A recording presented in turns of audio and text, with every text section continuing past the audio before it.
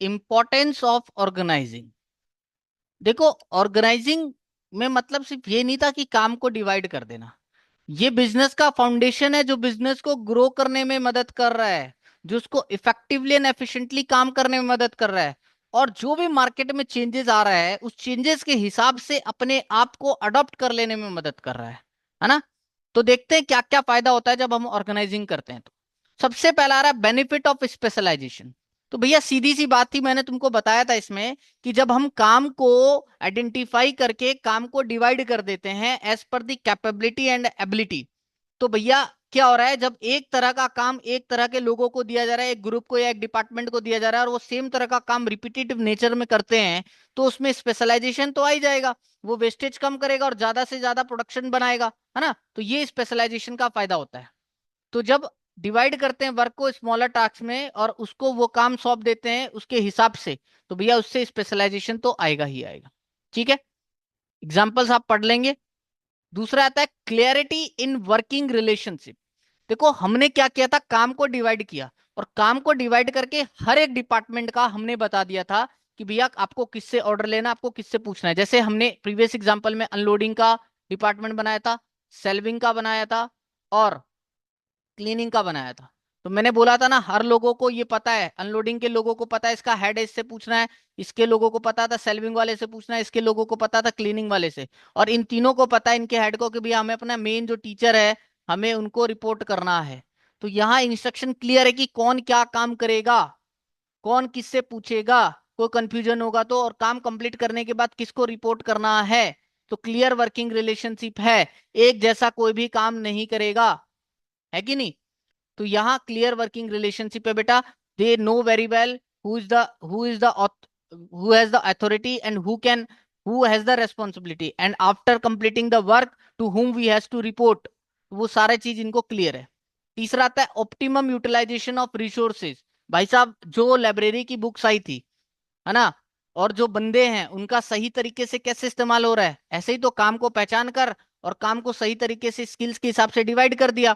तो अब सबको ये पता है किसको क्या काम करना है, और लोगों को उसके स्किल्स के हिसाब से काम बांट दिया।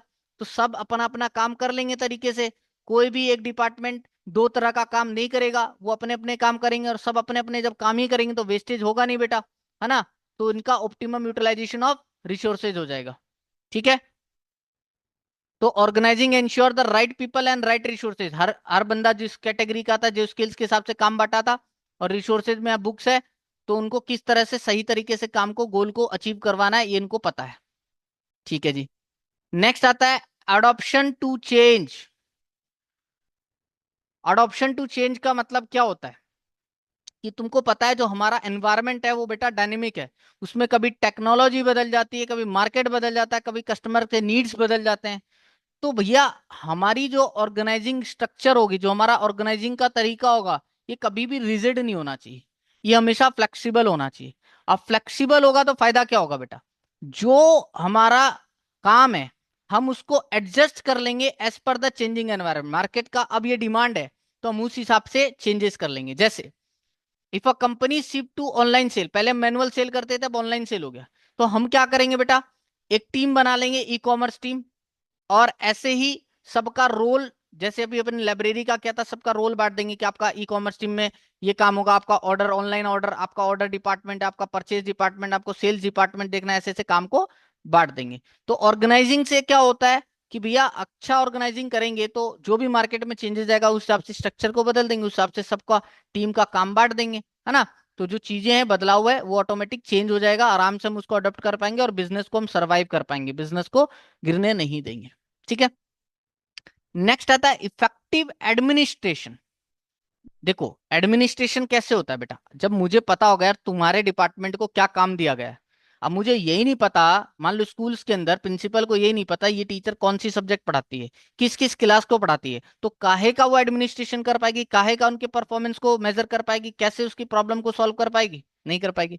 लेकिन हम भैया ऑर्गेनाइजिंग में सब कुछ क्लियर कर रखा है कि ये अनलोडिंग डिपार्टमेंट है, ये सेल्विंग डिपार्टमेंट है, ये क्लीनिंग डिपार्टमेंट है, कौन किसको रिपोर्ट करेगा। तो भैया एज अ टीचर, अब वो टीचर को जब ये पता है तो वो सही से मॉनिटर कर पाएगी ना कि भैया ये अनलोडिंग डिपार्टमेंट का हेड था, ये अपने टीम से सही काम ले रहा है कि नहीं, ये सेल्विंग डिपार्टमेंट का काम था, ये क्लीनिंग डिपार्टमेंट का काम था भैया इसका काम थोड़ा सा ना सफाई की कमी रह गई, जब भी तो वो मॉनिटर कर पाएंगे, उनकी प्रॉब्लम को सॉल्व कर पाएंगे wherever they are facing the problem, है ना। तो ये इफेक्टिव एडमिनिस्ट्रेशन है, क्लियर जॉब रोल्स है, कम्युनिकेशन लाइन है, the manager easily monitor performance and solve problem. ठीक है जी। नेक्स्ट आता है डेवलपमेंट ऑफ पर्सोनल और पीपल। अब इसका मतलब समझेंगे। पर्सोनल का मतलब होता है बेटा जी एम्प्लॉइज, ठीक है, पर्सोनल का मतलब होता है एम्प्लॉइज। अब यहां पर एक फायदा क्या हो रहा है, देखो मेरी बात को समझना। एक मैनेजर है बेटा, अब तुमको पता है, मार्क मान लेते हैं ऑर्गेनाइजेशन के अंदर बहुत सारे काम होते हैं, जैसे प्रोडक्शन का भी है, मार्केटिंग का भी है, फाइनेंस का भी है, सेल्स का भी है। तो क्या ये अकेला मैनेजर प्रोडक्शन भी संभाल ले, मार्केटिंग भी संभाल ले, फाइनेंस भी संभाल ले, सेल्स भी संभाल ले, सारे डिसीजन खुद ले? नहीं पॉसिबल है। तो वो क्या करता है बेटा, इस मैनेजर के पास अथॉरिटी है, ये जनरल मैनेजर है, इसके पास अथॉरिटी पावर है। तो ये अपने पावर को डेलीगेट कर देता है, राम नाम का लड़का है या श्याम नाम का लड़का है या मोहन नाम का लड़का है या राकेश नाम का लड़का है, इनको पावर दे देता है कि भैया राकेश तू प्रोडक्शन संभालेगा, तू मार्केटिंग संभालेगा, तू फाइनेंस संभालेगा, तू सेल्स संभालेगा। तुम्हारे नीचे टीम दे दी हमने सबके नीचे। तो अब क्या होगा, जो यहाँ फर्स्ट पर्सन है, जो हेड है, प्रोडक्शन हेड, उसको पूरे प्रोडक्शन की जिम्मेदारी दे दी। जो सेकंड पर्सन है मार्केटिंग हेड, इसको पूरी मार्केटिंग क्या दे दिया, डिपार्टमेंट पूरा मार्केटिंग का दे दिया रेस्पॉन्सिबिलिटी। तो अब जो प्रोडक्शन मैनेजर है यहाँ पर, ये फर्स्ट नंबर, तो भैया इसको अच्छा फील हुआ, ये मोटिवेटेड हुआ कि भाई मालिक ने मुझे इस लायक समझा, मुझे ये रेस्पॉन्सिबिलिटी दी, मैं इस पद पे काम कर रहा हूं, तो मोटिवेट होगा, उसका ग्रोथ हुआ कि नहीं हुआ। अब वो प्रोडक्शन से काम करेगा, प्रोडक्शन के रिलेटेड काम करेगा, तो बेटा जी उसका करियर में ग्रोथ हुआ। अगर यहाँ नीचे ये लड़के काम कर रहे प्रोडक्शन में, कल को यही जाके प्रोडक्शन मैनेजर बन जाएंगे, खुश होंगे कि नहीं होंगे, है ना। तो इस तरह से पर्सोनल का ग्रोथ हो रहा है, क्योंकि यहां पर डेलीगेशन हो रहा है। डेलीगेशन आप पढ़ोगे भी आगे जाकर कि भैया जब सबऑर्डिनेट, एक सबऑर्डिनेट रहता है बेटा और एक इसका ऊपर वाला सुपीरियर रहता है। जब सुपीरियर क्या करता है, कुछ पावर अपने नीचे के सबऑर्डिनेट को दे देता है, अपने हाथ में सुपीरियर मेन वर्क रखता है, और रूटीन वर्क का जो काम है ये इनको दे देता है ना। तो इससे क्या होगा, सबऑर्डिनेट खुश होता है और उसकी भी धीरे धीरे ग्रोथ होती है, क्योंकि बेटा वो काम को सीख रहा है, एक पूरे डिपार्टमेंट का हेड बन गया है, उसको रेस्पॉन्सिबिलिटी मिल गई है, उसको संभाल रहा है, तो इससे उसका भी ग्रोथ बनता है। ठीक है जी। नए आइडियाज आते हैं, एक्सपेंशन एंड ग्रोथ।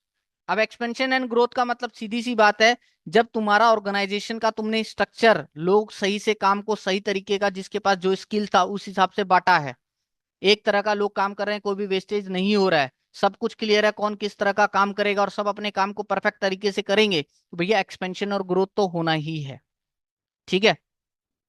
तो ये बात आपको मैंने समझा दी कि पूरे ऑर्गेनाइजिंग के इंपॉर्टेंस से क्या क्या फायदा हो रहा है, इंपॉर्टेंस ऑफ ऑर्गेनाइजिंग आपको क्लियर हो जाना चाहिए।